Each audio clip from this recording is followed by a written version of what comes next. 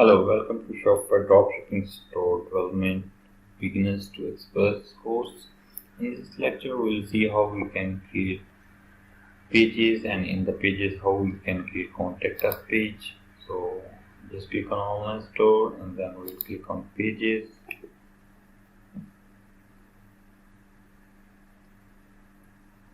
Okay, after clicking on page, you will see thing like this page, and just click on add page.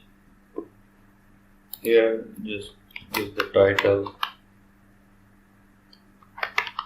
contact us, and in the description don't give any description.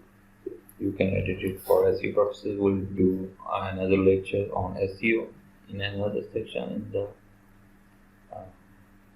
future lectures you will see this SEO like thing to be done by us.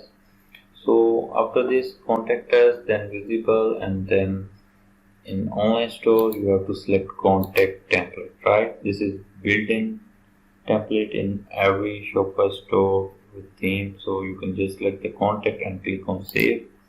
Once you will click on save, your contact us page is created.